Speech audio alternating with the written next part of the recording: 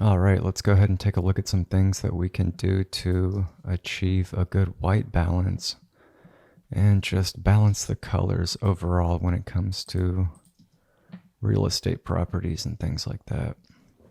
So I've got this property here that I just got done editing, and I'm going to take you through the raw images here first, just to give you an idea of how difficult some of these colors can actually be when it comes to balancing them overall. So for this particular living dining shot, we can see that it's really oversaturated with, yellows, oranges, and reds and things like that.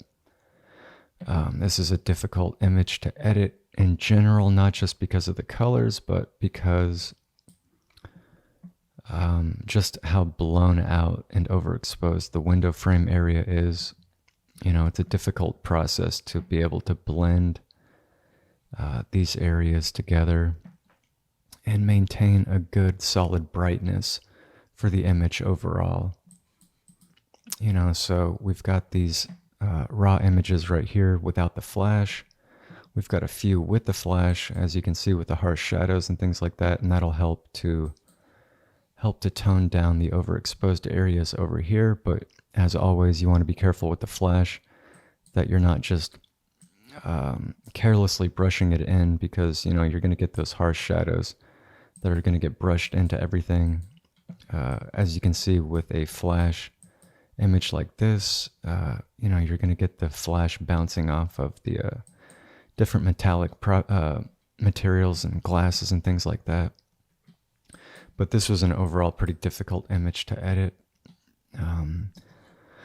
So there's that one. There's this family shot. This one's easy, but again, it takes some effort to really balance and cool down the image, because with most of the raw images for day shots, they're going to be really oversaturated with yellows and things like that. And in my opinion, the most difficult shots to edit when it comes to color balance and getting a good contrast are these images with the woods and things like that. These are very difficult images to edit. But again, we'll get to the final images that I actually finished editing. But again, I just wanted to kind of go through these and give you an idea of what the raws look like and what's actually taking place when it comes to having to cool the images down and get a good color temperature and things like that. Then there's a few others that don't require any masking for the windows, like these. These are pretty simple shots. It's pretty simple stuff, some outdoor shots. Basic beach, condo, lanai shots, things like that.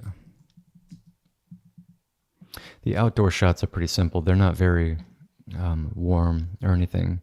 They're pretty cool as far as the overall color temperature. Really just have to make the water a little bit more blue, more of a light blue instead of a green, things like that. Really basic stuff, but to show you what I do most of the time when it comes to getting a good color balance, I'll just use this image right here. And I'm going to use this one and this one right here, this bright image, and then this much darker image right here. So I'm just going to open these up in Camera Raw. And the first thing that I like to do is just take down the highlights and increase the shadows. And I like to exaggerate how things are, right? So I like to kind of go over a little bit more than what I would actually need. Not all the way or anything like that, but usually to the midpoint. And then you can just use the automatic function in Photoshop for the white balance. And it'll do a pretty decent job. Obviously, you can see that it's way too warm, so Photoshop is automatically cooling the image down by increasing the blues and increasing the purple just a little bit. Most of the time, I'll use the auto function and then manually tweak it. Sometimes Photoshop will do a terrible job and it'll make things either too warm or too green. so it's kind of unusable sometimes, but generally Photoshop will do a pretty good job with that. But sometimes you'll adjust the color temperature and things will still be oversaturated. So in this case, I would just take the vibrance and saturation down a little bit and take the exposure down just a tad and increase the contrast. Now this is a pretty good base overall. So I would just open that in Photoshop and then I would come in here and grab the darker one. And again, I'll just pretty much repeat the same process. Use the auto white balance function, increase the shadows, take down the highlights, and I'll just cool this down a little bit more. And always make sure that your monitor, if you're on a PC, is calibrated properly for the colors and brightness and things like that. But I'd say that's pretty decent. So I would just bring this in to this document, close that one, and then we've got these two right here. And then I would just apply a mask and brush things in and stuff like that. And then, lighten up the corners, things like that. And it's just really, really basic, but that's generally the workflow for a white balance when it comes to interior shots. I'll do the same with this image. I'm not going to edit this from beginning to end or anything like that, but just to kind of show you what I'm starting with, which is something that's very orange, oversaturated with yellows and things like that. I would open up this image in Camera Raw, use the auto function, cool it way down, again, increase the shadows, take down the highlights just a tad, and take down the vibrance and saturation, increase the contrast. That way I'm kind of focusing on the right-hand side, and I'm focusing on the woods. Whenever you want to bring out wood material, one thing that I like to do is take down the saturation and the vibrance and increase the contrast. And what that does is it desaturates the wood and then it crunches the contrast, which can really help to punch and bring out the wood materials themselves. So that's usually what I do. If there's an overly yellow image and there's a lot of woods in the scene, just take down the yellows and increase the contrast when you're focusing on wood materials and things like that. So I'm just going to grab this one. Again, repeat the same process. You can use the auto white balance, or you can just do it manually. Whatever you feel gives you the best result you can use. So I'm just really repeating the same steps here. Usually I'm just cooling down the image because most of the time the interior shots with the raw images are going to be overly warm and just too saturated with yellows, reds, and oranges and things like that. So I'm just going to close these. And I would do the same thing, just throw a mask on there, and then with a soft brush of 30% opacity, 30% flow, and a hardness of 0%, just brush it in. This is the general soft brush that I use when I'm brushing in different masks and things like that. And then for this area over here where I need to focus on the windows and things like that, I'm still not focusing on the outside view. I'm still just focusing on the interior. I'm really just repeating the same steps every single time, and just manually tweaking things as they need to be. It's really, really basic, and it's pretty much the same steps. It's very repetitive, but it's still a very manual process every single time, right? There's really nothing automated about any of this. It still requires a really high attention to detail and a lot of manual and tedious manipulation and editing on the part of the editor. On the part of the editor and things like that. So, that's really basic. And then obviously I would just come over here and pick one for the outside shot and do the same, repeat the same steps, adjust the colors for the outside, adjust the color temperature, right? I would want to make the outside a little bit more blue, add some saturation, liven it up by increasing the exposure, increasing the shadows, taking down the highlights just a tad. Again, increasing the exposure, add some more saturation, take a look at it on the right and left hand side.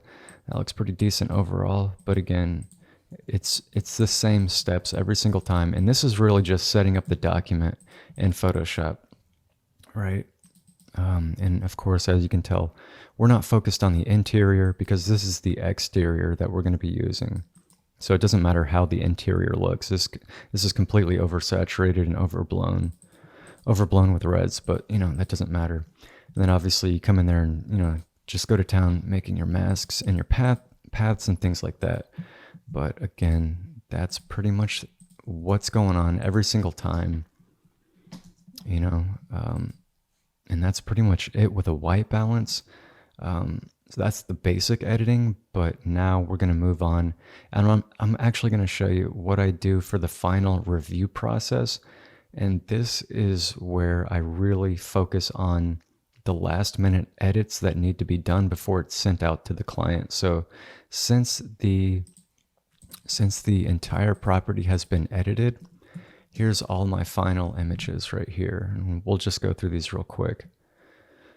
And as you can see, there's still some issues. This one, in my opinion, is still a little bit oversaturated with yellows on the left-hand side.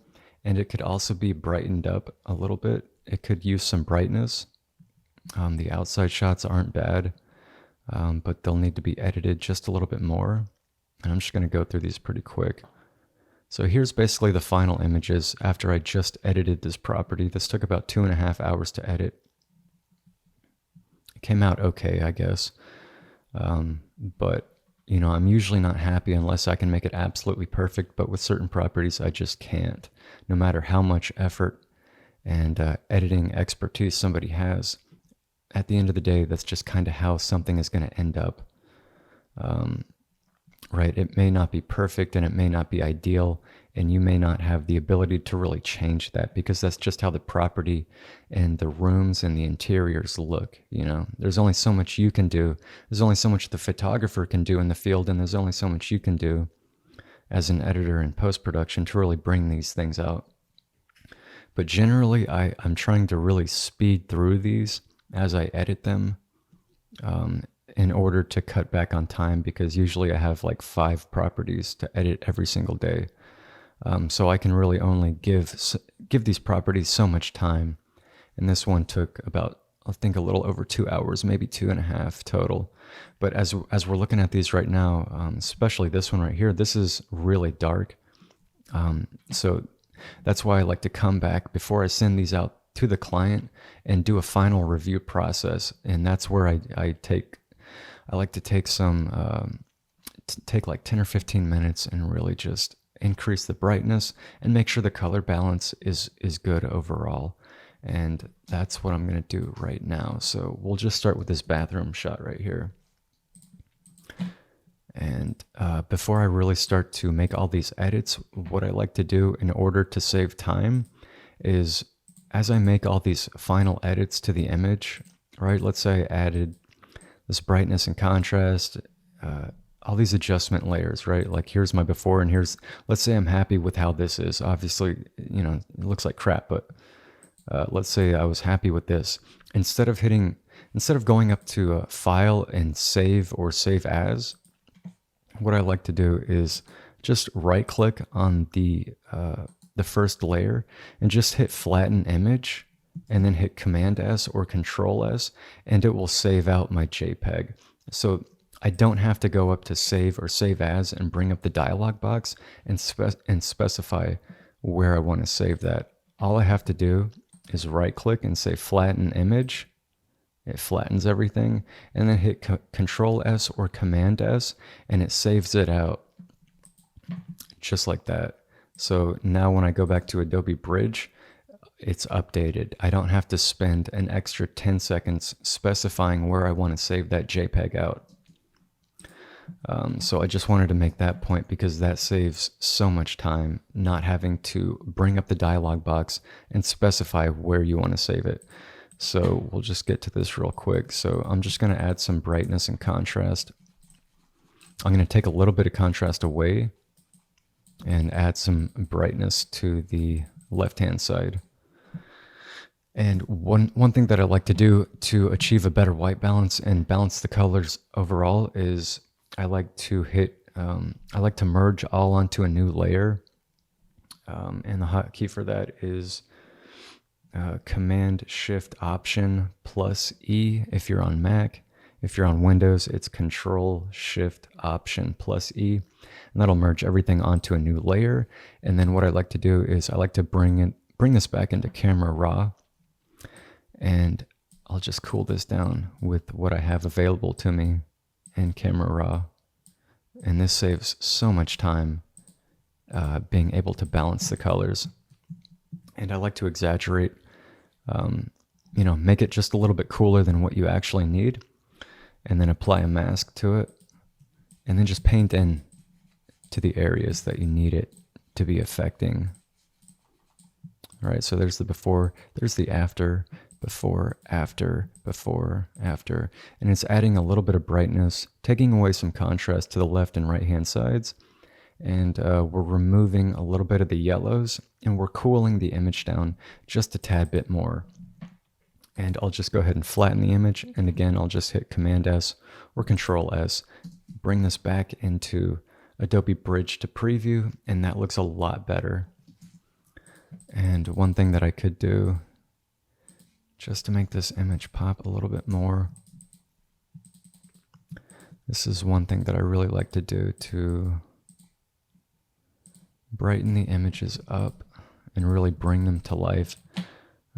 It's so easy, and I don't see anyone do this, is just select individual objects like picture frames, things like that, and just increase the brightness just a tad. You don't want it to make it look, you don't want to make it look like an OLED TV or something, but just increase the brightness by like maybe 10 or 15%, and that'll help to really pop those individual objects out, and it can really make the image come to life. And if I had more time, I would come in here and really clean up this stuff. Again, it should really be the responsibility of the person selling the home or the real estate agent to really make sure that things are cleaned up, especially in the bathroom. But a lot of the times they just won't do that. So moving on, I'm gonna duplicate this layer and bring this into Camera Raw. And it's just a little bit too yellow on the left-hand side. So again, I'm pretty much just doing the same steps over and over and over again, cooling it down, increasing the shadows, taking down the highlights, increasing the exposure, and cranking up the contrast just a little bit. And again, I'm giving myself more room than what I actually need, right? I wouldn't leave it like this because that's too much, obviously, right? There's the before, there's the after. It's too cool right now, and there's not enough contrast. So again, I'm just going to paint in what I need by adding a mask, and then just painting that in to the areas that I want to see that change take place. Before, after, and all I really did was just cool the image down, take away some of the oversaturated areas on the left-hand side, increase a little bit of brightness on the left-hand side as well. And again, I'll just, or you can hit Merge Visible. You can hit Merge Visible or flatten the image, and then Command S, Control S to save that JPEG out. And I never ever save out PNGs or anything for this. I just save out the JPEGs. Just save out the JPEGs at the highest quality possible. And that's pretty much it. And as I comb through all these images, what I end up doing is I basically go through different phases. So right now I'm on phase 1, and I'll be on phase 2 or 3 after I go through these each time. And eventually I'll edit these to a point where I feel like I can't edit them anymore, and there's really nothing left that I can do. And that's when I know that it's safe to send these out to the client. So as we go through these, you may see something that's imperfect or that doesn't look ideal. And it's not that I think that they're perfect. It's that I'm going to come back to it. Once I go through all the other images, I'm going to start over, basically. And this process usually takes about 10 minutes. And this is what the final review process is really all about. You know, it's about balancing the colors, making sure that things are bright and even. There's a good amount of contrast, and there's nothing in the image that shouldn't be there. You know, so I'm just going to keep going through these real quick. Now that I've pretty much explained what the process is, I'll just try to get through these as quick as possible now. And, you know, hopefully it's looking good on your side too. And again, this is that really dark one. Just add a brightness and contrast adjustment layer and paint that in. That's better. Outsides look pretty decent.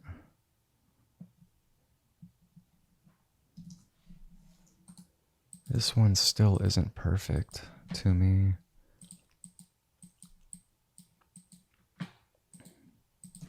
And sometimes I can't see what it is that's wrong with the image, and it'll take like 4 or 5 times to come back to it over and over for me to really spot what the image needs, you know.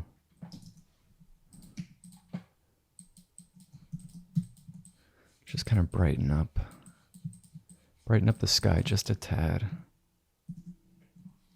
I'll merge all onto a new layer. That way I can remove that lens spot up there, and then just flatten the image or merge visible, Control S, and then just move on to the others. I'll do the same with this one. Cool it way down, way more than what I need it to be, and then just paint that in. And that's a lot better.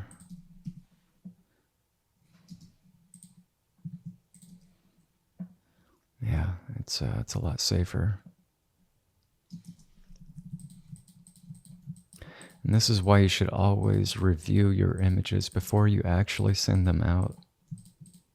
Because most of the time you're going to see stuff that you didn't see during the initial editing phase.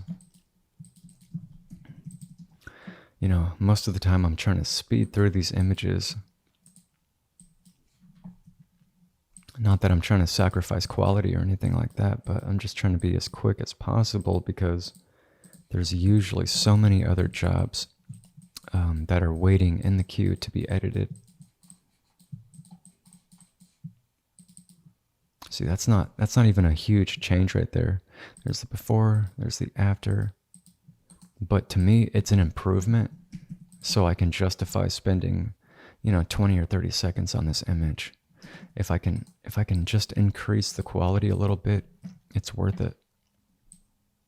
And this image is still a little too warm. I'm going to increase the blues and increase the greens. Increase the contrast, and you can see what I'm going to bring in here.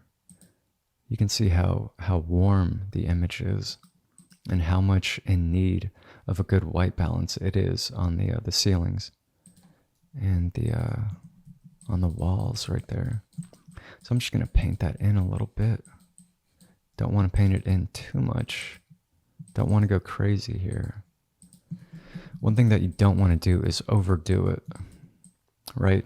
Make those changes incrementally and then just build on top of that. Instead of making big, drastic changes each time.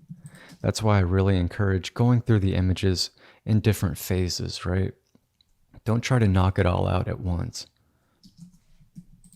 And I'm looking at the outside, and I feel like the water and the skies could use a little bit of saturation.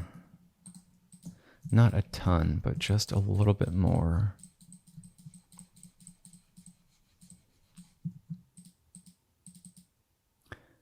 Is that even having an effect? What's going on here?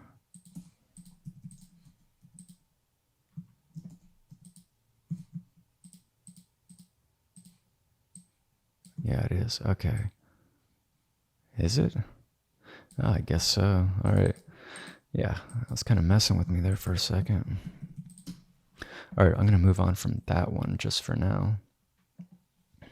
And I could do that thing where I take the polygonal lasso tool and, trace out a quick selection and just increase the brightness there.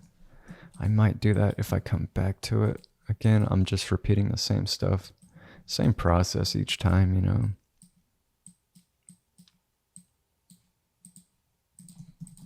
Really cranking up the blues, cooling the image way down, giving myself more room than what I actually need, and then I'm just painting in, maybe like 15, 20, 25% of what I just adjusted there in Camera Raw. Flatten the image, save it out. And it really helped to cool the image down over here on the right hand side. I think this looks decent for now. The outsides look okay. I'll just come in here with a spot healing brush and just try and clean up some of these sticks here on the beach.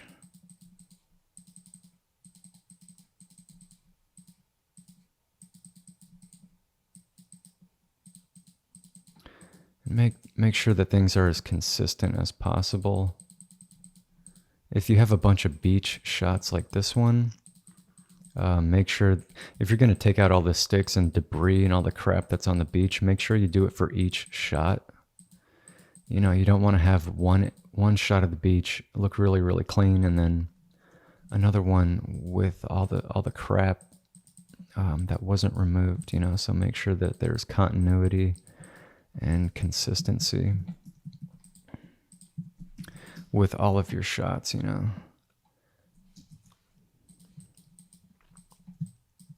Zoom in here real quick and remove the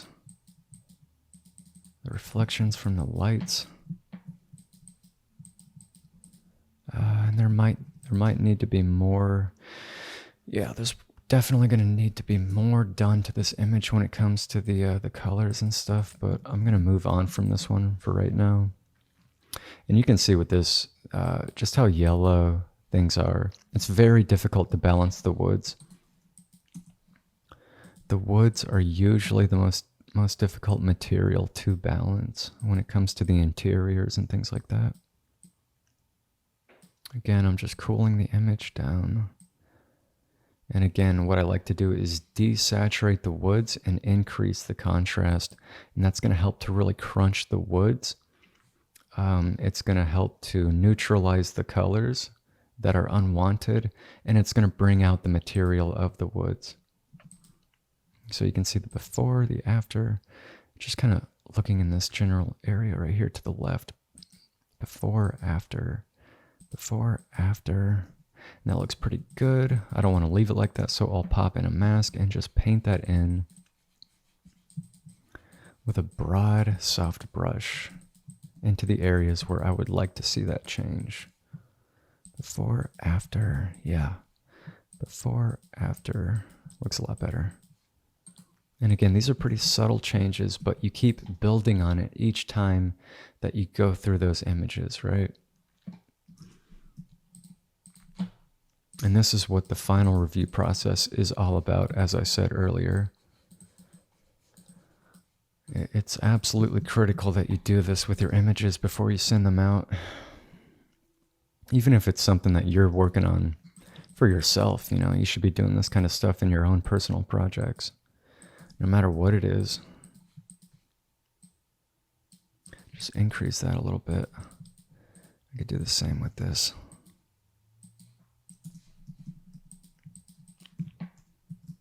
And I'll use that same adjustment layer and I'll fill it in with the paint bucket. Then I'll paint it out. I don't want to leave it like that at 100%. Again, I'll just flatten the image, close that document for now, and then I'll keep going. I'm looking at this wondering if I should do anything with the colors right now. I think I'll leave it as is.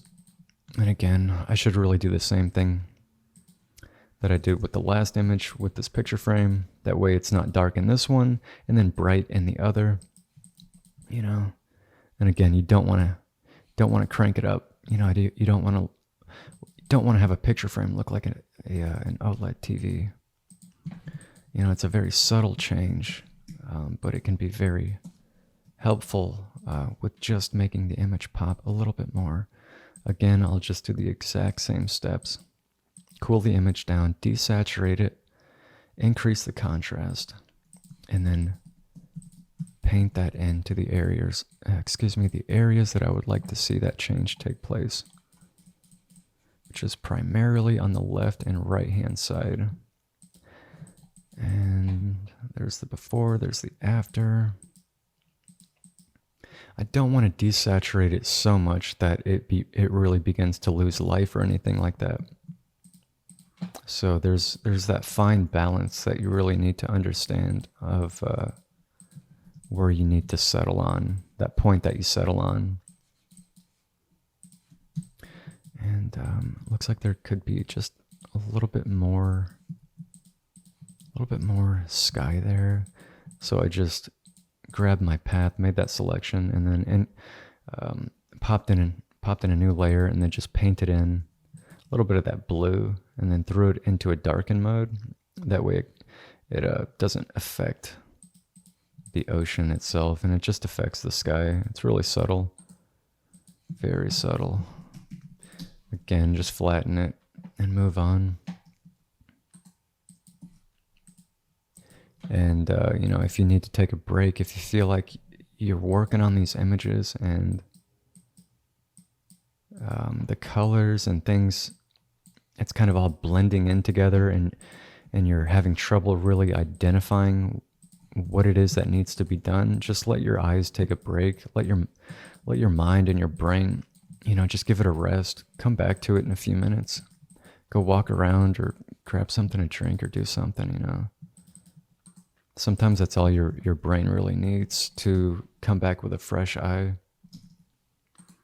It's easy for everything to really start to blend in together. When you're looking at the same images over and over and over again, your mind really stops being critical of what you're looking at, and it becomes more difficult to see what really needs to change with the images, you know. So always take those breaks. And it looks like I kind of desaturated this one a little bit too much, so I want to see if I can't. Yeah, there we go. Okay. Again, there's that fine line of desaturating things and cooling things down. The color balance and the contrast. There's that fine line of the hue and saturation and the vibrance that you still want to maintain. I'm just going to grab that little picture frame up there and just add a tad bit of brightness and contrast to it. And sometimes the clients will want an image on the TV, and I really hate doing that because it always takes away focus from the scene itself. Just pop that a little bit more. I mean, it's such a subtle change, but it makes such a difference to me. I mean, these little subtle changes are the stuff that I don't see anyone else do. And it's the stuff that really helps my editing. It helps to bring it to another level, you know.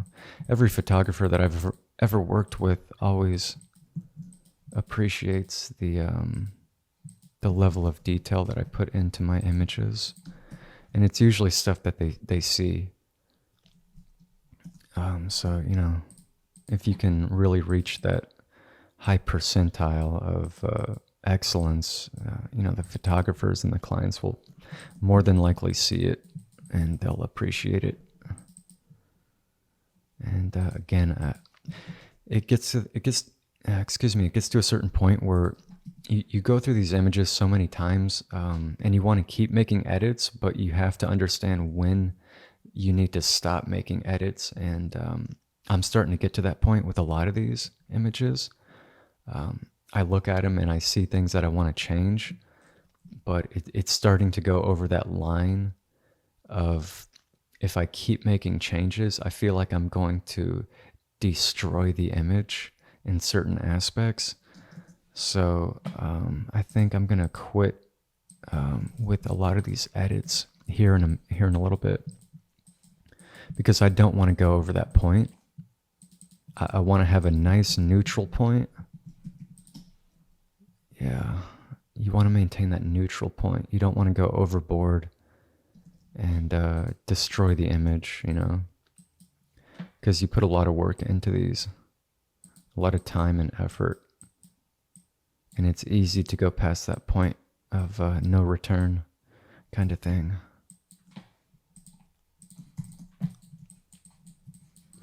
Again, I'm just repeating the same process, trying to tone down the yellows and stuff, and that's a pretty safe point with this particular image. I'm looking at the woods and the cabinets and the drawers. Excuse me, with the drawers and the kitchen island. That's decent overall. You know, again, I made the point earlier about how I'll look at these images and to me they're just not perfect. You know, but at the end of the day, like I said again earlier, there's only so much that you can do to really make the images, you know, stand out and look good. And one thing that catches my eye is the fact that I included the lamp over here when I was doing my masking, and I excluded it in this image right here. So in order, again, to get consistency, I'm going to want to come back in here real quick and just exclude this. I'm not even going to bother going back into my PSD. I'm just going to use this JPEG and make some quick edits to it. Hopefully I can get away with it. And let me see what it else. All right, yeah. You know what? Actually, I'm actually just gonna grab this. Instead of using adjustment layers and stuff, I'm just gonna grab this. I'm gonna copy and paste it. That way I've got it right there. And I'll just throw it onto this document. Just like that. And then just, you know, using transform tool and stuff, just kind of get it into place here. It doesn't have to be perfect by any means, but that's good enough. Before, after, before, after. And again, flatten the image, Command S or Control S. And there we go. You know, that's good enough. These images are coming along though. This is, now that I'm looking at it, it's a pretty difficult property when it comes to the yellows and things like that. So I'm kind of glad that I used this particular property as an example. I'm looking at the outside,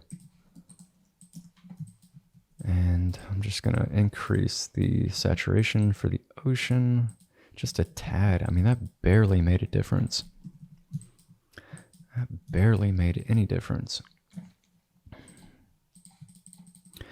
One thing that catches my eye is this couch, or this little chair, this sofa, whatever you want to call it.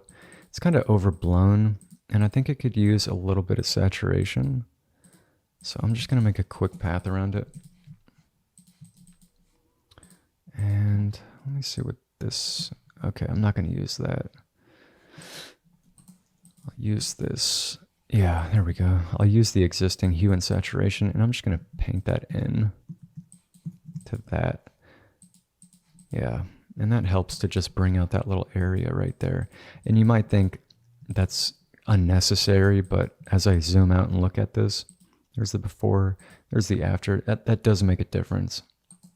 And it's always those small, subtle differences that add up as you go through these different phases, right? You're, like I said earlier, you're really building on top of the on those small changes. The small changes start to add up, and it kind of snowballs into big things, like big edits overall, you know.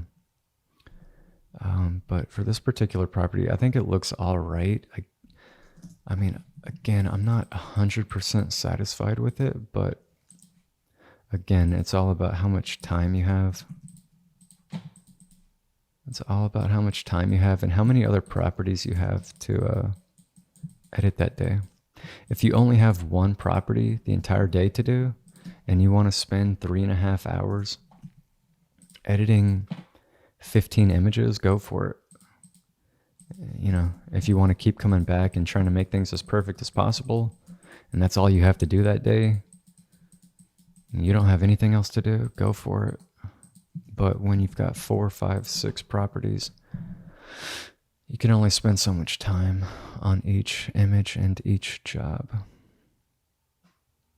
And one thing that I hate is these blinds.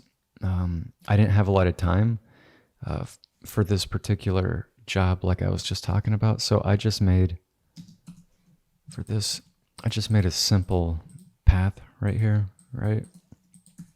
And then I just brought in the outside.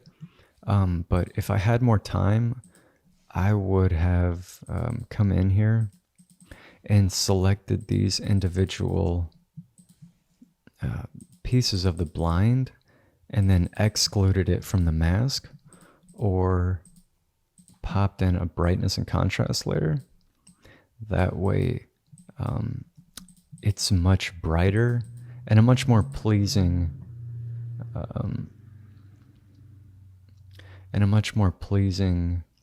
look to it, because these blinds, these individual pieces are very dark, and I really don't like how that looks. But if I had more time, that's what I would have done for that image. So there are things that you can kind of do to go above and beyond when it comes to masking windows.